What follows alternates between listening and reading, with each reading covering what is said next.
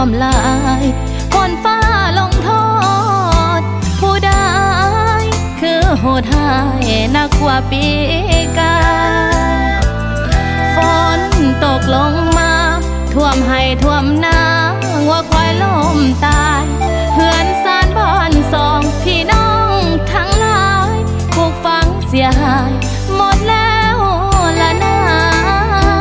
น้ำตาหลังลิ้นไหลเข้าของเครื่องใช้จมหายสาบสูญขอฝากไปถึงผู้มีใจบุญช่วยเกื้อกูลอาหารยุกยามเครื่องห่มกันหนาวของพี่น้องเฮายังเหลือบ่นาเป็นอาหารแห้งน้ำดื่มส่งมาฝากหน่วยอาสามาเป็นแห้งใจช่วยกันแน่เด้อช่วยกันแน่เด้อข้าวนี้เป็นข้าวสารเครื่องนุ่งก็ดี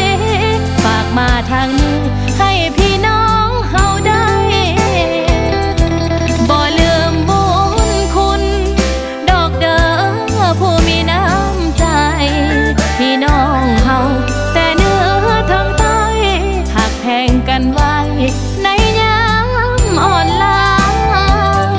ลูกขอวอนไว้ฝากบนส่งให้เถิงสิ่งศักดิ์สิทธิ์แม่นางนาคีสวยเนรมิตที่ทรงสถิตอยู่ในคงคาอย่าลงโทษท่านบนสวรรค์เข้าใจเถิดนาขอวิงวอนเจ้าแม่คงคา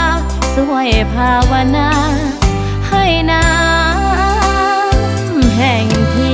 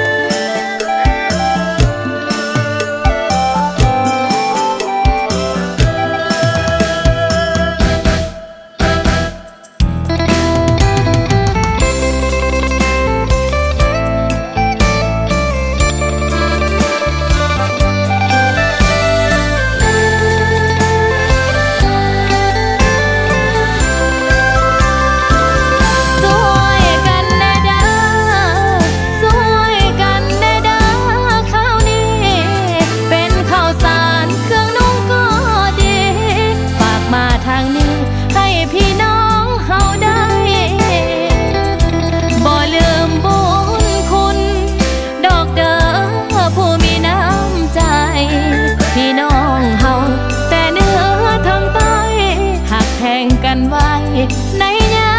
มอ่อนล้าลูกขอวอนไว้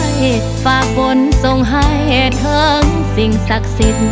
แม่นางนาคีสวยเนรมิตที่ทรงสถิตอยู่ในคงคาอย่าลงโทษท่านบนสวรรค์เข้าใจเถิดนา